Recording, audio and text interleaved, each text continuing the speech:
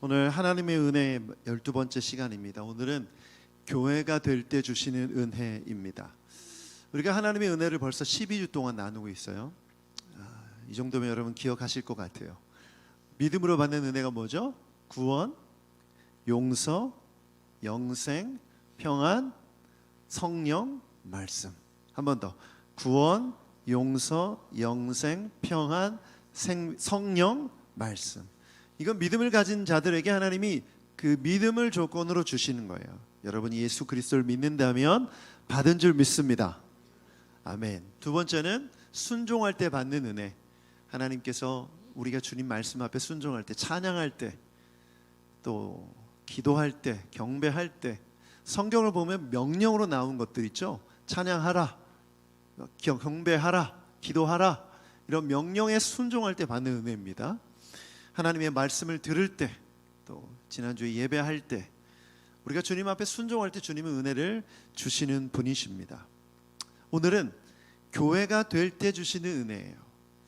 자, 교회가 된다는 것이 왜 순종에 속하는 것인가? 오늘 이것을 생각하면서 하나님의 말씀을 듣는 시간 되길 축복합니다. 우리가 자주 쓰는 표현 중에 교회에 간다, 어디가? 나 교회 가, 교회에 다녀, 이런 표현을 쓰죠. 간다, 다닌다 라는 말을 교회 다음에 붙입니다. 지난주에도 말씀드렸지만 우리가 언어를 어떻게 사용하냐에 따라서 그 언어 안에 우리의 행동과 생각이 규정된다고 했어요. 예배한다 이렇게 나눴던 것처럼 교회 간다, 교회 다닌다, 이 말에는 두 가지 함의가 담겨 있습니다. 첫 번째는 교회는 어떤 공간이라는 것을 뜻해요. 내가 A라는 곳에서 B 공간으로 이동한다는 거죠. 그래서 공간을 간다는 것이 교회를 이해하는 우리 이해라는 거예요. 또 하나는 모임을 지칭합니다. 어떤 예배 모임, 기도 모임, 사람들이 모이는 모임에 내가 참가한다는 거죠.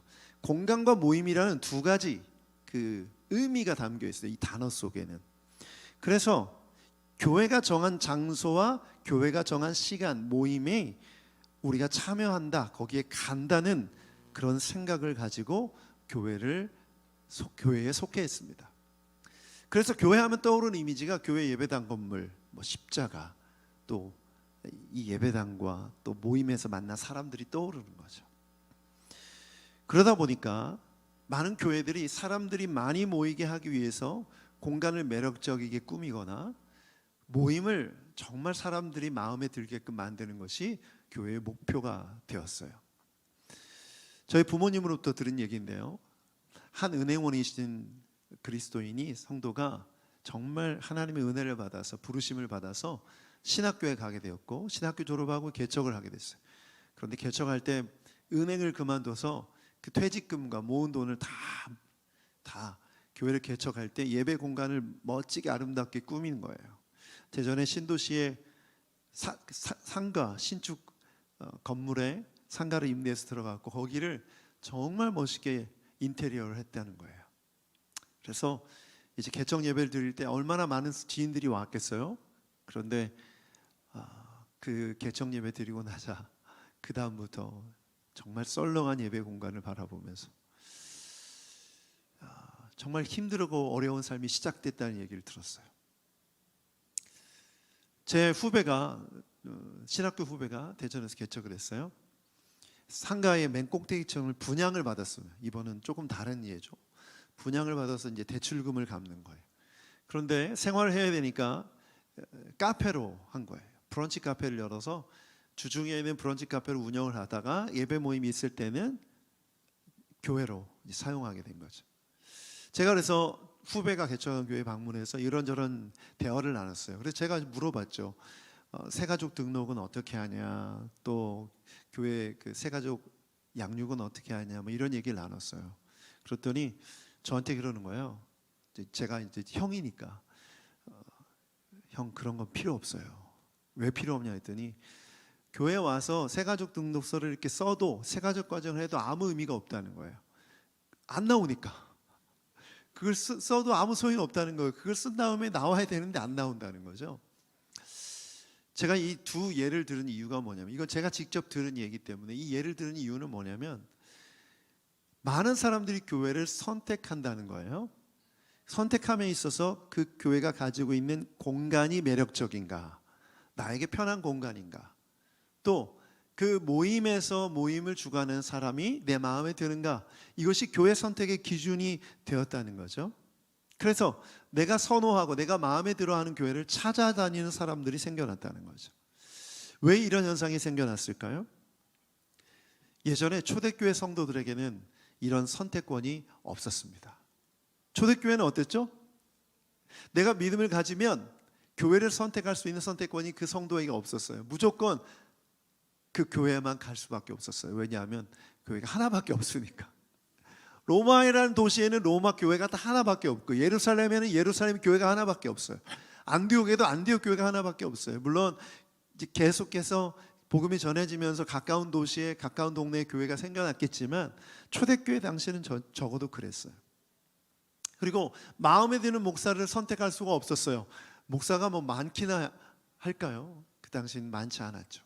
사도들, 내가 선택할 수 있는 게 아니잖아요. 예수님이 선택하신 사람들이잖아요.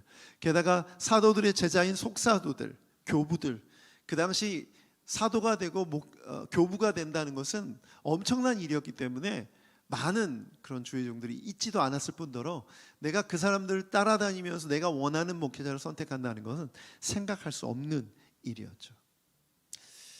초대교회와 다르게 지금 우리의 모습을 한번 비교해 보면 과거와 다르게 선택지가 정말 많아졌어요. 선택지가 많아졌다는 건 뭘 뜻하죠? 경쟁이 시작됐다는 것을 의미해요.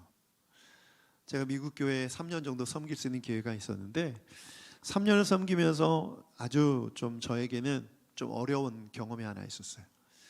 신앙생활 정말 열심히 하고 성가대도 하고 열심히 봉사하던 분이, 예배도 열심히 참여하던 분이 저에게 갑자기 어느 날 그러시는 거예요. 목사님, 저는 이제 이 옆에 있는 교회로 옮기겠습니다. 제가 너무 놀래서, 아니 이렇게 열심히 신앙생활하고 교회 공동체에 헌신했던 사람인데 왜 교회를 옮기려고 할까? 그래서 왜 그러냐 했더니 이분이 이러시는 거예요. 옆에 있는 교회가 제 아이들을 위해서는 더 좋은 것 같습니다. 이러는 거예요. 저를 위해서는 여기 교회가 있어야 되는 게 맞는데 우리 아이들을 생각하니 이 교회로 옮겨야 될 것 같습니다. 이 두 교회는 사실 경쟁 관계에 있었던 교회고요. 서로 이렇게 왔다 갔다 했어요. 그런데 그 교회는 강력한 하드웨어를 갖고 있었어요. 하드웨어가 뭐냐면 예배당 건물과 교육 공간이에요. 신축한 건물에 엄청나게 넓은 주차장에, 거기에 경쟁 교회가 생기는 바람에 제가 부임했던 교회, 그때 당시 저는 부목사로 부임했었습니다. 이 교회는 그와 반면에 공간도 좀 좁고, 물론 더 작은 교회에 비해서는 훌륭한 공간이었지만 비교가 되는 거죠. 그래서 이분이 그러는 거예요. 거기가 훨씬 더 아이들에게 좋다. 그래서 교회를 옮기겠다는 거예요. 제가 너무 충격을 받았어요. 이렇게 사람들이 선택할 수가 있구나. 그런데 제가 부임했던 그 교회조차도 대부분 다른 교회에서 옮겨온 사람들이에요. 아주 가까이에서, 도시 자체를 이사 온 분들이 아니라 가까운 한 도시 안에서 일어난 일이에요. 그럼 여기서 이렇게 왔다 갔다 하는 거예요. 선택지가 생기다 보니까 교회를 자기가 선택하는 거예요. 그리고 그 선택에 따라서 교회에 속하기도 하고 빠져나오기도 하는 것이죠. 이런 일이 발생되니까 어떤 일이 시작되냐면 교회 공동체들은 경쟁적으로 예배당 공간에 많은 재정을 투입하기 시작합니다. 그리고 많은 프로그램들을 개발하기 시작해요. 왜? 사람들을 뺏기지 않게 하기 위해서. 성도들이 다른 교회로 옮겨가지 않게 하기 위해서 최선을 다해서 거기에 돈을 투자하고 재정을 투자하고 노력을 합니다. 이렇게 되면서 결국 많은 빚을 지면서 교회 공동체들이 교회 건축을 시작하기 시작했어요. 정말 말로 표현할 수 없는 막대한 금액을 들여서 예배당 공간을 짓기 시작했습니다. 이렇게 되면서 교회의 본질, 이것이 점점 약화되고 사라진 것이 현실이죠. 그래서 우리가 반드시 질문을 좀 해봐야 돼요. 교회의 본질은 무엇인가? 교회의 본질은 무엇인가? 여러분, 교회의 본질은 하나님께서 교회를 시작하신 목적, 그리고 교회를 통해 하나님께서 원하시는 의도, 그것을 깨달을 때 교회의 본질을 지켜나갈 수 있는 줄 믿습니다. 그래서 성경을 보면 너희들 교회 예배당 공간을 신축하고 넓혀라 뭐 이런 말씀이 없어요. 막 큰 예배당을 지어라 이런 말씀이 없어요. 건물을 지어라 이런 말씀이 없어요. 교회에 대한 말씀, 그 언급을 보면 교회의 본질이 분명히 담겨 있는데, 이 세상 속에서 자본주의 시대 속에서 경쟁 관계에 놓여 있는 많은 교회들이 이 본질을 놓친 채 사람들이 바라고 원하는 교회를 만들어 갔다는 거예요. 하나님이 원하시는 교회가 아니라. 그래서 저는 교회가 바로 순종의 영역이라고 말씀드리는 거예요. 우리가 신앙생활하고 교회에 속해 있지만 정말 하나님께서 원하시는 본질인 교회에 순종하지 않는다면 하나님이 허락하신 교회를 통해 주신 은혜를 받을 수 없기 때문이죠. 그래서 제가 교회가 된다는 표현을 썼어요. 교회가 될 때 주시는 은혜예요. 교회가 된다는 의미가 뭐냐? 여러분, 교회는 공동체인 줄 믿습니다. 하나님께서 우리를 부르신 목적이 바로 교회라는 공동체를 이루기 원하셨다는 거예요. 그리고 이 공동체를 통해서 하나님의 뜻을 이루게 하셨다는 거죠. 이건 하나님의 디자인, 하나님의 설계, 하나님의 계획이라는 거예요. 그러므로 내가 예수를 믿고 교회에 속하는 것은 우리의 선택할 수 있는 부분이 아니라는 거예요. 주님의 명령이고 주님의 뜻인 것이죠. 그러므로 내가 어떤 교회에 속한다, 이것은 정말 신앙에 있어서 중요한 것입니다. 우리는 코로나를 경험했습니다. 3년간에 많은 목회자들이 이렇게 말해요. 현장 예배로 복귀한 인원들이 70% 정도 된다고 말합니다. 근데 이 나머지 30%는 어디로 갔냐는 거예요. 지금 많은 목회자들과 많은 분들이 이 부분을 좀 궁금해하세요. 이 30%의 신앙인들은 어디로 갔을까? 여러분, 온라인 예배 드리는 동안 어떠셨어요? 편하지 않으셨어요? 일단 몸이 좀 편하지 않습니까? 그리고 소파에 앉아서 TV 모니터로 예배 드리는 거, 물론 불가능하지 않지만 그것이 여러분 몸에, 여러분 마음에, 여러분의 생각에 어떤 영향을 끼쳤는지를 한번 생각해 볼 필요가 있어요. 여러분, 헌신은 불편한 것입니다. 힘든 거예요. 고통이 따르는 거예요. 그냥 아무 헌신도 아무 고통도 없이 헌신하는 건 불가능한 일이에요. 예배는 헌신이고 교회 공동체 또한 헌신이에요. 그런데 우리의 몸은 자동적으로 어떻게 움직이죠? 편한 곳으로 움직입니까? 아니면 힘들고 어려운 곳으로 움직입니까? 편한 곳으로 움직여요. 그런 말 하잖아요. 서 있으면 앉고 싶고, 앉아 있으면 눕고 싶고, 누워 있으면 자고 싶고, 자는 것도 힘들면 일어나고 싶고, 일어나면 놀고 싶고, 놀다가 피곤하면 또 앉고 싶고, 이게 무한 루프처럼 반복되는 우리의 삶이죠. 인간이 가지고 있는 죄성이 이런 부분이에요. 근데 우리가 그리스도인이 됐다라는 이 말씀 안에, 이것 안에는 예수 그리스도를 통해서 우리가 주님의 자녀, 주님의 종이 되었고, 이제는 내 뜻대로 아닌 주님의 뜻대로 사는 삶을 의미해요. 그렇다면 주님이 원하시는 뜻대로 나아갈 때는 우리의 수고와 헌신과 우리의 고통과 우리의 결단이 필요한 것이죠. 그런데 사람들이 이것을 좋아하지 않아요. 피곤해하고 힘들어하는 것이죠. 교회에 속하기보다는 혼자 있는 게 더 편한 것입니다. 여러분, 이 생각이 잘못된 이유는 바로 주님의 뜻에 어긋나기 때문에, 하나님은 교회 공동체를 통해서 잃어버린 영혼을 구원하기 원하시는 줄 믿습니다. 하나님은 교회를 통해서 하나님의 나라를 이뤄 가심을 믿습니다. 하나님은 교회를 통해서 온 열방에 하나님의 나라가 전파되기를 원하시는 줄 믿습니다. 그 일을 위해 우리가 헌신하기 위해 교회로 모였다는 거예요. 그래서 마태복음 16장 15절부터 18절까지의 말씀, 오늘 본문 말씀입니다. 함께 읽어보도록 하겠습니다. 마태복음 16장 15절부터 16절 18절 시작. 예수께서 그들에게 물으셨다. 그러면 너희는 나를 누구라고 하느냐? 시몬 베드로가 대답하였다. 선생님은 살아계신 하나님의 아들 그리스도이십니다. 17절. 예수께서 그에게 말씀하셨다. 시몬 바요나야, 너는 복이 있다. 너에게 사람이 아니라 하늘에 계신 나의 아버지이시다. 나도 너에게 말한다. 나는 베드로다. 나는 이 반석 위에다가 내 교회를 세우겠다. 죽음의 문들이 그것을 이기지 못할 것이다. 아멘. 이 반석 위에다가, 이 반석은 뭐죠? 믿음의 고백이죠. 여러분이 예수 그리스도를 메시아로, 그리스도로 믿는다면 그 믿음 위에 교회가 세워지는 줄 믿습니다. 여러분 예수님을 믿으십니까? 메시아임을 믿으십니까? 그렇다면 여러분은 교회의 기초인 믿음이 세워진 것이에요. 이제 그 위에 교회 공동체가 세워집니다. 그래서 오늘 말씀을 보면 내가 내 교회를 세우겠다 말씀하셨어요. 이것을 통해서 무엇을 깨닫습니까? 교회는 하나님의 계획이라는 거예요. 그리고 두 번째, 교회는 하나님의 소유입니다. 주님의 소유입니다. 세 번째, 죽음의 문들과 싸우는 공동체가 바로 교회입니다. 이 세 가지가 중요해요.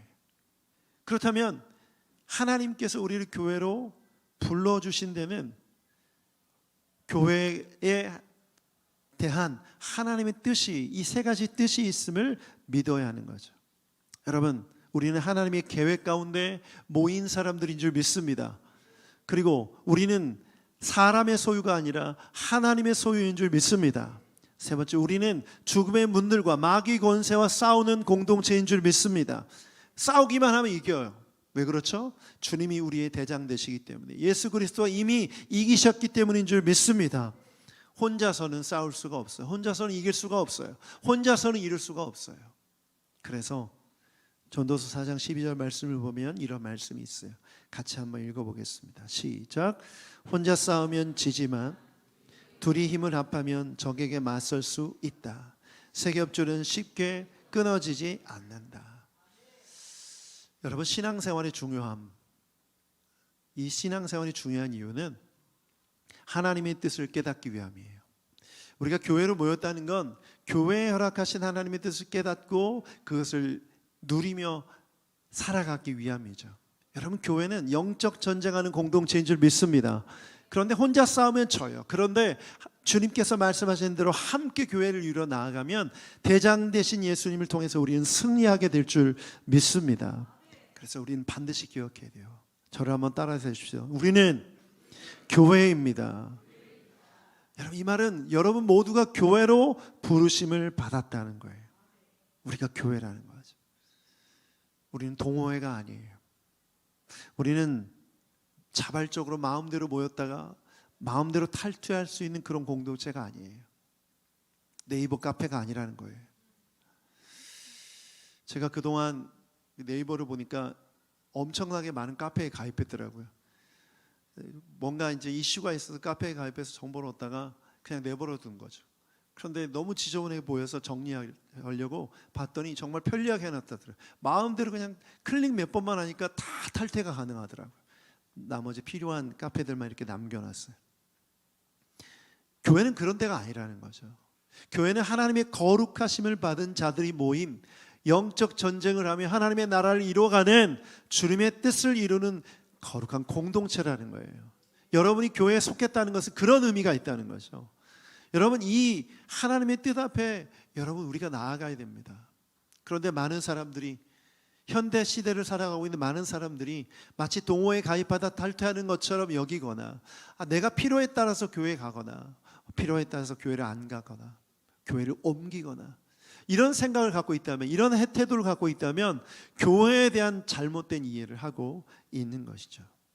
그래서 여러분이 교회에 부르심을 받아서 교회가 됐다는 것은, 여러분 지금 내가 새노래 교회에 왔다는 것이 어떤 의미인지를 여러분 이해할 필요가 있습니다. 우리가 새노래 교회가 됐다는 건 하나님의 거룩한 부르심 앞에 순종한 것인 줄 믿습니다. 그래서 우리가 여기 모인 것이죠. 여러분, 한 사람 한 사람 보면 정말 다양한 방법으로 교회에 함께 모였어요. 멀리는 저기 용인 동탄 이쪽 지역에서부터 파주에 사시는 분들까지, 가깝게는 이 동네에 사시는 분들, 정말 사는 곳도 다르고 다양한 분들이 이렇게 함께 모였습니다. 어떤 사람들은 유튜브를 보다가, 어떤 사람들은 사람들의 추천을, 관계 지인의 추천을 통해서 오신 분들이 있을 거예요. 그런데 저는 이것이 새노래 교회를 향한 하나님의 부르심이라고 믿습니다. 여러분이 어찌어찌해서 어떻게 왔는지 다는 알 수 없지만 이 모든 과정 가운데 하나님의 부르심이 있었던 것이죠. 얼마 전에 우리 교회에 등록한 우리 이춘우 안유지 부부와 함께 식사를 하면서 저는 이제 제 고향 교회, 저의 첫 번째 교회가 대전에 있는 교회인데 같은 교회에 속해 있던 분들이 있어서 추억을 공유하게 됐어요. 얘기를 나누는데 너무 생각이 나는 거예요. 그때 그 예배당에서 기도했던 또 예배했던 그런 기억들, 같은 추억을 공유하고 있는 것이. 중간에 이 교회가 이름이 한번 바뀌었어요. 근데 제가 굉장히 힘들었어요. 고향교회 이름이 바뀌는데 왠지 모르게 막 교회가 없어진 것 같고 과거가 다 지워진 것 같은 그런 느낌, 그런 마음이 있어요. 제가 고향교회를 생각할 때마다 지금 여기서 새노래교회를 이루고 있는 저의 모습과 고향교회와 또 중간에 사역했던 온누리교회를 생각할 때 그런 생각을 하게 됐어요. 하나님께서 나를 여기까지 인도해 주실 때 내가 속했던 그 공동체는 하나님의 부르심이었고 주님의 뜻 가운데 나를 그곳에 있게 하셨구나. 여러분, 이 모든 과정이 하나님의 인도하심을 받는 과정이고 지금 우리는 그 인도하심과 부르심 가운데 교회를 이뤘다는 믿음이 정말 중요합니다. 저는 그래서 과거에 내가 속해 있었던 교회 공동체를 생각할 때 물론 어렵고 힘든 일을 겪었던 분들도 계실 거예요. 그런데 그것 또한 하나님께서 그때 나에게 허락하신 하나님의 부르심이었다는 것을 기억하고 감사하는 여러분들에게 축복합니다. 그리고 지금 나를 여기 오게 하신 주님의 은혜에 감사하고 이제 여기에서 함께 교회를 이뤄 공동체로 나아가는 것이 주님의 뜻이에요. 그만 추억하세요. 지나간 것은 다 지나간 대로 하나님의 뜻과 의미가 있는 줄 믿습니다. 그래서 고향교회 생각하면 지금도 너무 좋아요. 좋았던 기억들이 많아요. 그런데 그건 벌써 20년 전 얘기고 30년 전 얘기고 지금 내가 속한 교회 공동체에서 내가 하나님 앞에서 교회로서 받을 은혜, 교회로서 하나 된 은혜, 이 은혜를 받지 못한다면 너무나 안타까운 일이죠. 여러분, 완벽한 교회, 그런 교회는 없습니다. 천국에 가면 있어요. 그런데 천국 가기 전까지는 완벽한 교회란 없어요. 우리가 주목해야 될 건 부족하면 부족한 대로 또 있으면 있는 대로 하나님이 나를 부르시고 인도하신 그 인도하심을 신뢰하는 거예요. 그러면 하나님께서 교회 공동체에 속하게 하신 주님의 뜻을 따라 교회를 통해서 은혜를 받게 될 줄 믿습니다. 그것이 바로 부르심, 교회로 부르심을 받은 자들의 모습인 거죠. 여러분, 그래서 여러분을 또 어디로 옮겨 가게 하실지를 몰라요. 그렇죠? 여러분이 또 이사를 가든 또 어떤 일이 있든 또 해외를 가든 다양한 방법으로 또 교회를 옮겨야 될 때가 올 거예요. 그런데 그때에 또 하나님의 부르심과 인도하심을 따라 하나님께서 허락하시는 공동체로 가서 또 열심히 신앙생활하는 여러분들에게 축복합니다. 다만 인간적인 이유로 떠나지는 마세요. 조금 관계가 안 좋다고 피해서 교회를 떠나지 마세요. 거기에 똑같은 사람이 있습니다. 이 사람 피해서 여기 갔더니 똑같은 사람 또 있고요. 또 이 사람 피해서 저기 갔더니 똑같은 사람 또 있어요. 누가 문제인 거예요? 따라합시다. 내가 문제다. 내가 문제다. 내 문제인 거예요. 내 문제인 거예요. 또 어떤 분들은 좋은 교회 많이 없다고 얘기하는데 아닙니다. 제가 그런 생각했어요. 우리 새노래교회가 이 동네에서 제일 좋은 교회지. 교만한 생각이에요. 주변에 좋은 교회 많이 있어요. 좋은 목사님들 많이 계세요. 목사님들 만나서 교제해 보니까 훌륭하신 분들이 너무 많아요. 배울 점이 너무 많아요.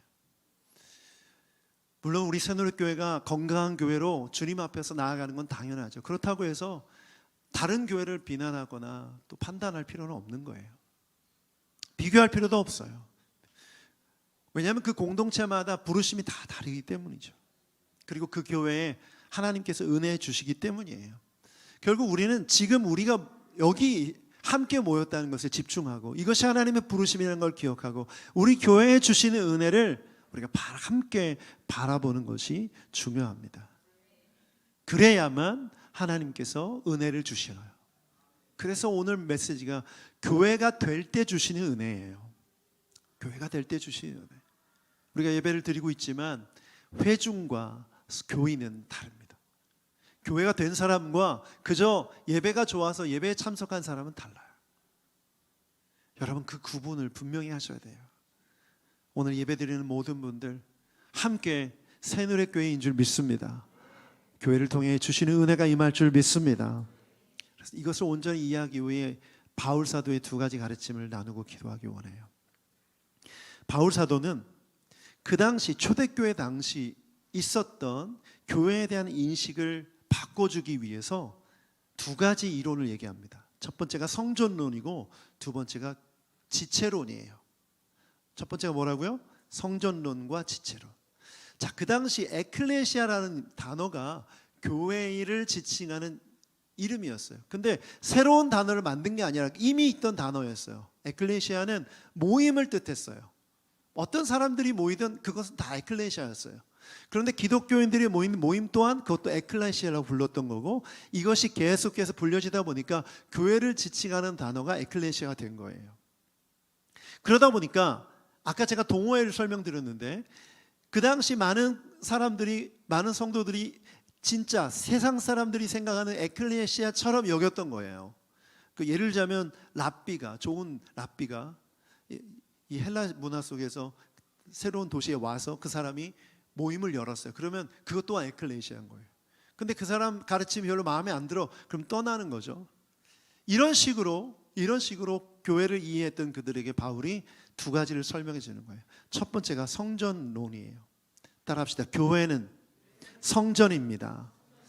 에베소서 2장 20절부터 22절까지 말씀을 읽어보죠. 시작. 여러분은 사도들과 예언자들이 놓은 기초 위에 세워진 건물이며 그리스도 예수가 그 모퉁이 돌이 되십니다. 그리스도 안에서 건물 전체가 서로 연결되어서 주님 안에서 자라서 성전이 됩니다. 그리스도 안에서 여러분도 함께 세워져서 하나님의 성령으로 거하실 처소가 됩니다. 아멘. 예수 그리스도가 모퉁이 돌이 되시고 거기에 연결된 사람들, 그래서 자라서 세워져서 뭐가 된다? 성전이 된다. 그 당시 많은 사람들이 알고 있었던 에클레시아가 아니라는 거예요. 그냥 모였다 흩어지고 가고 싶으면 가고 안 가고 싶으면 안 가고 이런 공동체가 아니라 성전으로 예수 그리스도께 연결된 것이다. 여러분 건물이 연결되는데 빠지면 어떻게 돼요? 무너지죠. 연결됐는데 그 사람이 빠지면 무너져요. 그렇게 그리스도와 함께 붙어서 하나님이 거하시는 성전이 되었다라는 거예요. 그렇다면 성전된 우리가 어떤 은혜를 받을 수 있죠? 이미 우리가 배웠던 찬양, 경배, 기도, 성전 안에서 이루어지는 거죠. 말씀 또한 마찬가지.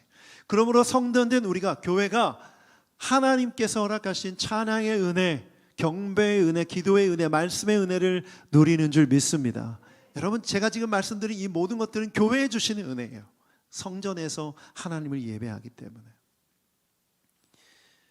저는 그래서 우리 교회가 이 성전의 은혜, 찬양과 경배와 기도와 말씀의 은혜가 충만히 있기를 축복합니다. 그러기 위해서 우리는 함께 성전되었다는 것을 기억하셔야 돼요. 교회를 개척하는 초기에 예배를 진행해야 되니까 반주자가 필요했어요. 드럼 연주자도 필요했어요. 우리 황용태 팀장님 자발적으로 베이스 기타를 치겠다고 오셔서 베이스 기타로 합류했지만 다른 파트는 사역자가 없었기 때문에 광고를 올렸어요. 전문 연주자들에게 사례비를 얼마 드릴 테니 와서 예배 모임 때 반주 좀 해주세요. 여러분 초기에 함께 하셨다면 기억하셨을 거예요. 하실 거예요. 드럼 치는 형제도 있었고 건반 치는 자매들도 있었어요. 근데 어느 날 그런 생각이 드는 거예요. 그 형제들, 그 사례비를 받고 오시는 그분들은 우리 교회 성도가 아닌 거예요. 자기가 섬기는 예배 외에는 오지 않고 또 예배가 끝난 후에 교제도 없고 순회도 속하지 않고 공동체와는 무관한 거죠. 이런 표현이 좀 그분한테는 또 기분 나쁠 수 있겠지만 사실 그거는 팩트니까 받은 만큼 일하는 거예요. 돈을 받기 때문에 사역하는 거죠. 제가 그래서 이게 예배 공동체, 성전 공동체를 이루는데 이건 주님의 뜻이 아니라고 생각했어요. 제가 이전에 있었던 교회들에서는 충분히 그걸 활용해서 사역자들을 뽑았기 때문에, 그리고 그것을 당연히 여기기 때문에 질문하지 않았는데, 교회를 개척해서 보니까 이게 한 영성으로 하나된 예배로 하나된 성전으로 하나님 앞에 나아가는데 문제가 있다는 생각을 하게 됐어요. 그래서 그분들께 내일부터 나오지 마세요라고 하지 않고 콜링을 했어요. 예배 드리면서 섬겼으니 우리 교회의 목회 철학과 예배 또 철학, 그리고 우리 교회의 어떤 것들을 이제 다 들었으니 함께 교회를 이루어서 섬기면 어떻겠냐. 다음 달부터 사례비를 끊겠다라고 하지 않고 사례비는 드리겠다. 왜냐하면 전문 사역자고 전공자이기 때문에 그런 교회가 사역자로 인정하고 드리는 것이기 때문에 그걸 끊겠다고 하지 않았어요. 그건 중요한 게 아니죠. 그 두 사람의 마인드가 중요한 거죠. 그 사람들의 마인드. 그래서 정중하게 시간도 드렸어요. 한 달 정도의 시간을 드릴 테니 섬기면서 기도해 보시고 결정해 달라. 그런데 세 분에게 제가 이런 제안을 드렸고 세 분 다 거절했습니다. 그리고 한 달 후에 인사하고 축복하면서 헤어지게 됐어요. 그리고 그 자리, 그 빈자리를 우리 교회 성도들이 채우기 시작했어요. 저는 그래서 우리 교회 예배가 너무 좋아요. 함께 교회를 이룬 사람이 악기를 연주하고 함께 하기 때문이죠. 여러분, 이건 정말 중요한 거예요. 우리가 서로 연결되어 있다는 거예요. 그리고 서로 연결된 우리가 성전으로서 하나님 예배하며 찬양하며 나아가고 있다는 거죠.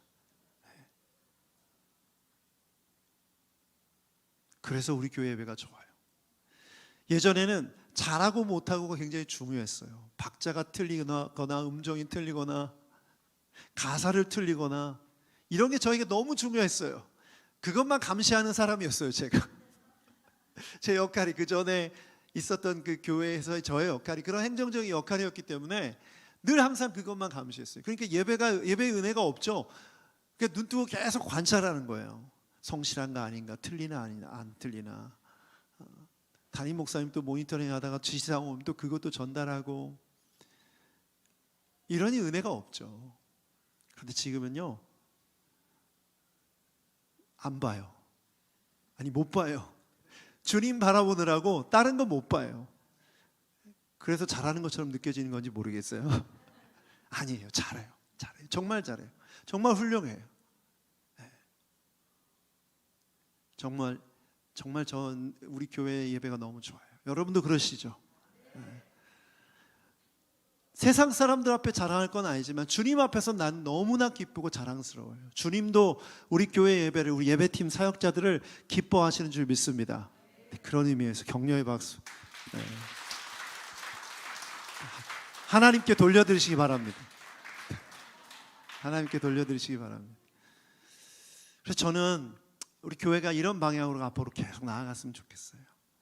물론 저는 전문 사역자들, 음악가들을 우리가 또 사례를 주고 또 격려하고 서포트하는 거 필요하다고 생각합니다. 그러나 그 일에는 반드시 함께 교회를 이루는 것이 더 중요해요. 그렇지 않으면 사역자들은 계속 돌아다녀요. 더 좋은 페이를 주고 더 좋은 환경이 있는 교회를 돌아다니다 보면 자기 교회가 없어지는 거예요. 찬양 사역자들, 인도자들 마찬가지고 목회자들도 마찬가지. 3년 되면 어느 교회를 떠나야 될지 그부터 고민해요. 목회자들도, 찬양 사역자들도 마찬가지예요.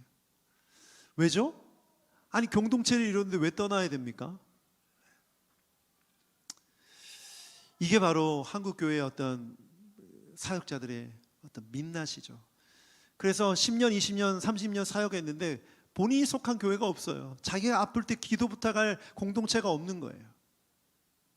자신의 문제를 놓고 정말 함께 울어줄 공동체가 없는 거예요. 그래서 우리 연상기 목사님 비롯한 사역자들, 새누리교회 잘 오셨어요. 어디 갈 생각 하지 마세요. 어디 가도 네, 가면 또 좋은 데가 있을 수 있겠지만 주님이 부르셨다고 믿습니다. 우리가 이런 마음으로 교회를 이뤘다는 것, 성전됐다는 것을 우리가 주목할 필요가 있어요. 그러므로 여러분, 예배팀이 뭐 부족해 보이고 틀려도 그게 여러분이 하나님을 예배하는데 방해가 되지 않길 바랍니다. 그건 아무 상관이 없어요. 그렇죠? 근데 많은 교회에서 왜 그런 노래를 부르냐, 왜 옷차림은 그러냐, 왜 반주가 틀리냐, 왜 저런 사람을 세웠냐, 이런 거 가지고 에너지를 너무 많이 소비해요. 우리 교회는 이런데 신경 쓰지 않기를 바랍니다. 우리는 성전된 교회인 줄 믿습니다. 아멘. 우리가 이것을 기억해야 돼요. 우리가 좀 주목해야 할 것이 21절에 있는데 21절 함께 읽어보겠습니다. 21절 에베소서 2장 21절 시작.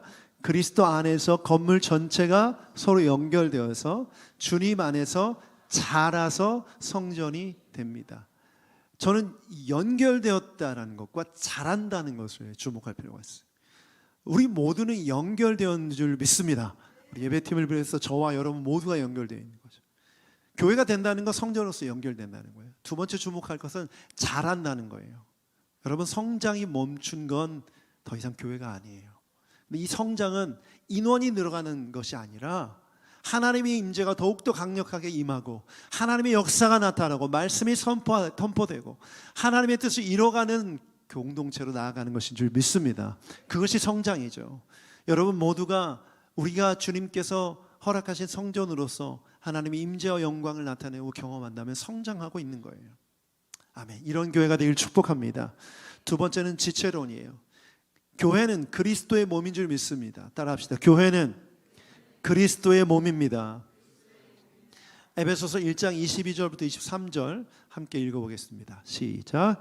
하나님께서는 만물을 그리스도의 발 아래 굴복시키고 그분을 만물 위의 교회의 머리로 삼으셨습니다.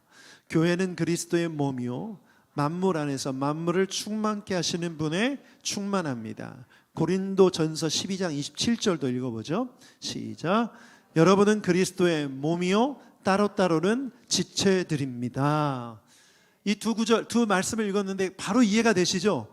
교회는 그리스도의 몸이라는 거예요. 머리 대신 그리스도의 몸, 모두 연결되어서 머리가 지시하는 것을 수행하는 몸이라는 거죠. 하나님의 나라를 이루어가는 것이 교회의 목적이면 하나님의 나라를 이루는 주님의 명령에 순종하며 나아갈 때 교회의 교회다움이 이루어지는 것이죠. 그래서 오늘 이 말씀을 통해서는 두 가지를 주목하고 싶어요. 우리는 모두 연결되어 있는 공동체입니다. 서로 연결되어 있어야 돼요. 그래서 서로의 지체가 서로 다르다는 것을 인정하고 서로 연결되어 있다라는 것을 기억할 필요가 있습니다. 똑같아지는 것이 목표가 아니에요. 내가 신앙생활하는 모습을 나랑 똑같이 해야 돼가 아니라 서로의 다른 모습을 인정하고 그리스도 안에서 연결되어 있다. 어떤 사람은 손가락, 어떤 사람은 손톱, 어떤 사람은 발가락, 발톱, 이렇게 각자 역할과 모양이 다르지만 연결되어 있다. 그리고 연결된 우리는 하나님의 뜻을 이루는 공동체라는 거예요. 저는 그래서 이것을 볼 때 우리가 어떻게 적용할 수 있을까? 여러분, 사랑의 반대말이 무관심이라는 거 아시죠? 무관심. 사람마다 정도는 다르지만 서로가 서로를 위해 관심을 갖고 기도할 때 우리가 서로 지체로서 연결됨을 느낄 수 있습니다. 순장님을 통해서 여러분의 기도 제목을 제가 다 받았어요. 한 분 한 분 기도 제목을 읽으면서 여러분의 얼굴을 떠올리는데 정말 제 마음에 여러분을 향한 마음이, 주님 주신 마음이 흘러넘치더라고요. 내가 여러분 한 사람 한 사람을 위해 기도할 때 저는 그런 느낌이 들어요. 내가 기도함으로 연결되었구나. 저는 우리 교회가 서로를 위해 기도함으로 연결되어 있는 교회가 되길 축복합니다. 각자의 모양은 다르지만 삶의 환경과 형편을 다르지만 하나님을 향한 믿음의 수준도 다 다르지만 우리가 서로 기도할 때 연결되어 있는 것이죠. 그것이 주님이 원하시는 교회의 모습입니다. 기쁨과 고통을 함께 나누고 서로를 위해 기도할 때 우리가 연결되어 있는 것이죠. 또 하나는 질서가 있는 공동체여야 됩니다. 질서. 머리 대신 그리스도께 연결되었다는 건 머리이신 그리스도의 명령을 따라 질서를 지킨다는 거예요. 여러분, 교회에는 하나님이 세우신 질서가 있습니다. 권위의 질서가 있어요. 이 권위를 지켜야 되는 거죠. 우리가 고린도전서를 배웠었는데 고린도 교회의 문제가 뭐였죠? 교회를 이루었는데 질서를 지키지 않는 거예요. 머리 대신 그리스도께 세우신 주의 종들, 목회자들, 사역자들, 그리고 세우신 교회의 장로들, 질서를 지켜서 하나님의 뜻을 따르지 않고 내가 잘났다, 내 뜻이 맞다, 내가 맞다 주장하는 거예요. 바울 사도조차도, 베드로조차도, 하나님의 제자, 예수님의 제자였던 사람들조차도 다 비난하고 비판하는 자리에 사람들이 서로 가려고 하는 것이죠. 질서가 무너지면 하나님의 몸된 교회 공동체가 온전해질 수가 없는 것입니다. 그래서 교회의 질서를 통해 주님의 뜻을 따를 때 그리스도의 몸된 교회가 될 수 있는 것이죠. 여러분, 하나님은 사람을 통해서 역사하십니다. 저도 사람이고 우리 장로님들도 사람이고 우리 임직자들도 다 사람이죠. 그렇기 때문에 사람들이 모인 교회에서 하나님이 허락하신 그 질서를 따를 때 온전한 교회를 이룰 수가 있어요. 물론 하나님이 세우신 그 사역자들이 그 위치에서 하나님의 뜻이 아닌 것들을 결정하거나 건강하지 않은 신앙으로 인도하거나 또 죄를 짓는다거나 이런 문제가 있다면 그것은 따르지 말아야 합니다. 그러나 그렇지 않다면 이게 하나님이 허락하신 마음 안에서 받아들일 수 있고 그것이 옳다면 우리는 순종하며 따라야 되는 줄 믿습니다. 하나님은 교회 공동체를 통해서 말씀하시고 인도하시기 때문에, 세우신 리더를 통해서 인도하시기 때문이죠. 그래서 바울 사도는 그 당시 존재했던 그 에클레시아의 개념을 완전히 바꾸기 위해서 성전론과 지체론을 말하는 거예요. 오늘 여러분 이 두 가지를 꼭 기억하시길 바랍니다. 새노래교회로 주님이 부르셔서 우리는 교회로 모인 줄 믿습니다. 이제 우리는 성전인 줄 믿습니다. 우리 가운데 하나님의 영광의 임재가 임하고 우리는 그리스도의 몸된 지체로서 주님의 뜻을 이루는 손과 발이 되어서 이 세상을 향해 나아가는 여러분 되길 축복합니다.